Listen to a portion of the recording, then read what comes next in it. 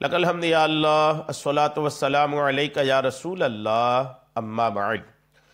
सिलसिला है नाजरीन के सवालों के जवाब देने का। नाजरीन में से एक ने हमारे किसी वीडियो के कमेंट्स में, एक इस्लामी बहन है, इन्होंने सवाल की है कि हमारी वालिदा हमारे साथ बहुत बुरा सलूक करती है, बद्दुआएं भी देती हैं और यहाँ तक कि हमारे घर टूटने की बद्दुआ दी तो वो भी उनकी बद्दुआ मेरे ऊपर पड़ गई और मेरा घर टूट गया। यानी कुल मिला के यह है कि वालिदा इनको बहुत परेशान करती है। इन्होंने एक बहुत सारी बातें लिखी हैं। फिर भी इसके बाद भी ये जो हमारी इस्लामी बहन जिन्होंने कमेंट्स किए ये कहती है कि हम उसके बाद भी हत्तल इम्कान कोशिश भर, ताकत भर कोशिश करते हैं कि हम अपनी तरफ से वालिदा को कोई तकलीफ ना पहुंचाएं, जबान दराजी वगैरह करके उनको ना सताएं। अपने आप से कोशिश करते हैं कि दुनिया है, दुनिया में तो सह लें, आखिरत इनकी खिदमत की वजह से हमारी अच्छी रहेगी। हमने भी अगर रिप्लाई वैसा ही किया तो आखिरत हमारी ख़राब हो जाएगी। बहरहाल ये खुद की तरफ से कोई गलती नहीं करने की भरपूर कोशिश करते हैं। अगर ये तो करती है ये, अब ये इन्होंने पूछा है कि क्या करें हम इस सूरत हाल में। तो अगर किसी के वालिदैन या वालिदैन में से कोई एक उनके अपनी औलाद के साथ इस तरह की बदमिजाजी करती है, बदसलूकी करते हैं, बुरा सलूक करते हैं, बदतमीजियाँ करते हैं, तो औलाद को क्या करना चाहिए? औलाद बराबरी से रिप्लाई करेगा या फिर औलाद को चाहिए कि सब्र करे? क्या करे? आइए किताबों के हवालों से सुनने की सादतें हासिल करते हैं। वाज़ेह रहे कि शरीअत में इस सिलसिले में दो तरफा हुकूक, औलाद के वालिदैन पर और वालिदैन के औलाद पर, दोनों की हुदूद वाज़ेह कर दी गई है। ये हर वालिदैन को याद रखनी चाहिए कि सिर्फ आपका ही हक आपकी औलाद पर नहीं है, आपकी औलाद का भी आप पर हक है। ये हुकूक दोनों तरफ से है, लेकिन दोनों की अपनी हदबंदी है, दोनों के अपने दर्जात हैं कि किसको कैसा हक है। लेकिन हक औलाद का भी अपने वालिदैन पर है। जहां वालिदैन का हक औलाद पर है, वहां पर औलाद का हक भी वालिदैन पर है। कुरान करीम में खुदाई ताला ने वालिदैन की इताअत के ज़रूरी होने को तौहीद जैसे अहम अकीदे के साथ जिक्र करके इसकी अहमियत बतला दी है। औलाद के ज़िम्मे लाजिम है कि वालिदैन के शरीअत के मुआफिक हर हुक्म को बजा लाए। जब तक वालिदैन शरीयत के खिलाफ हुक्म नहीं देते तब तक वालिदैन की इताअत लाजिम है। हाँ, अगर वालिदैन शरीयत के खिलाफ हुक्म दे, कोई काम शरीयत के खिलाफ करने को कहे, तो हरगिज़ इताअत नहीं करेंगे।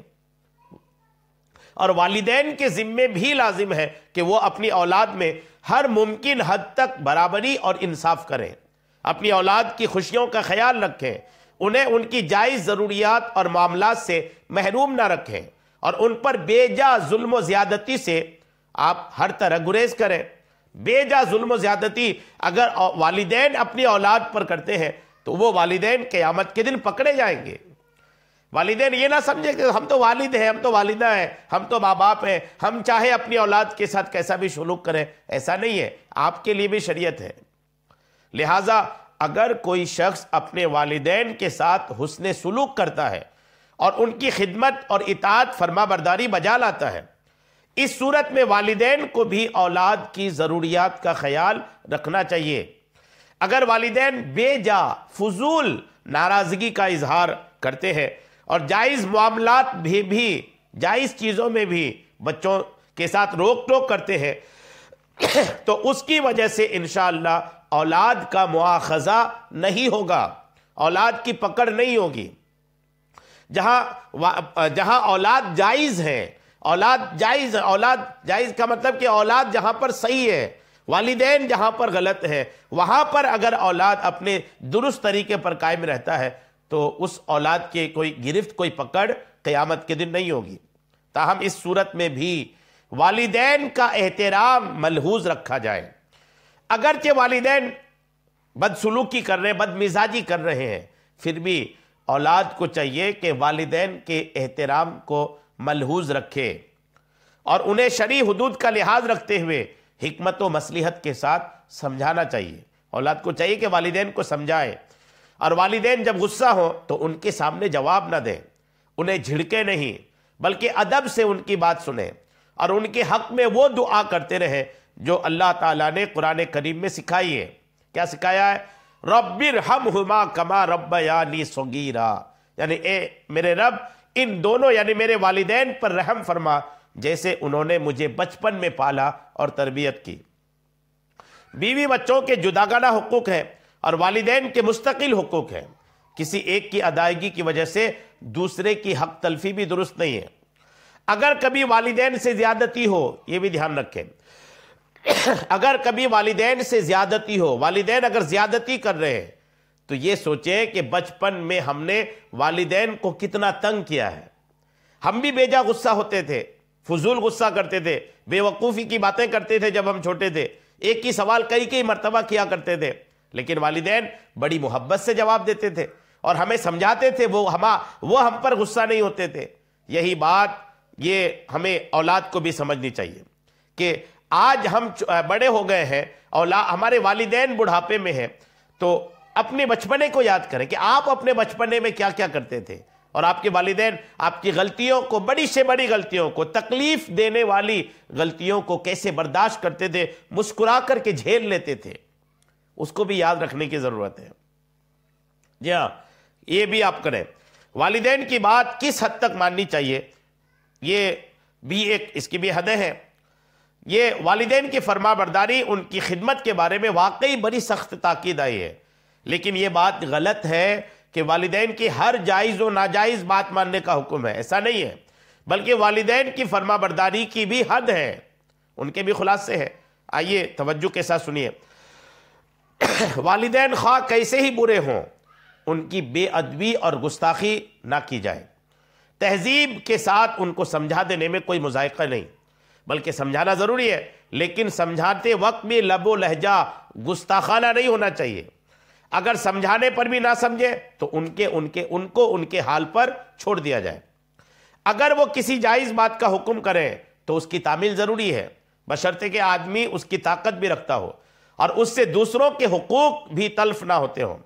और अगर उनके हुक्म की तामील उसके बस की बात नहीं या उससे दूसरों की हक तलफी होती है तो तामील ज़रूरी नहीं है, बल्कि बात सूरतों में जायज़ नहीं है।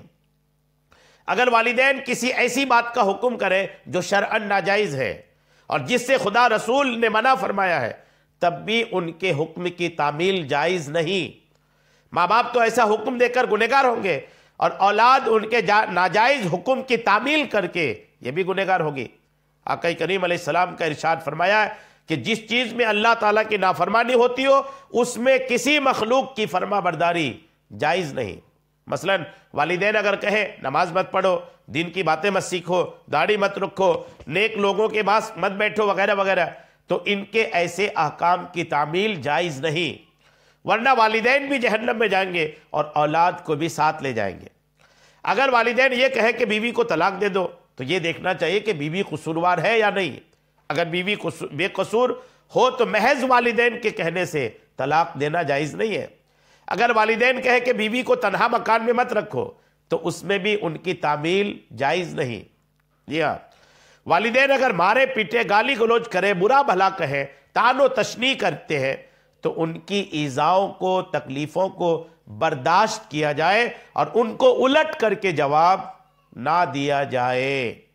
बहरहाल आपका जो मैटर है उसमें बात खुलकर यही आ रही है कि आप सब्र करें, आप बराबरी से जवाब ना दें जब तक शरीयत आपको इजाज़त नहीं देती। जहां मैंने आपको सारी बातें पेश कर दिया है, सब्र करके आप बर्दाश्त करते रहें, इंशाअल्लाह आखिरत में इसका अज्र आप पाएंगे। अल्लाह करीम हम सबको अमल की तौफीक अता फरमाए। आमीन बिजाह नबी अमीन सल्लल्लाहु तआला अलैहि वसल्लम।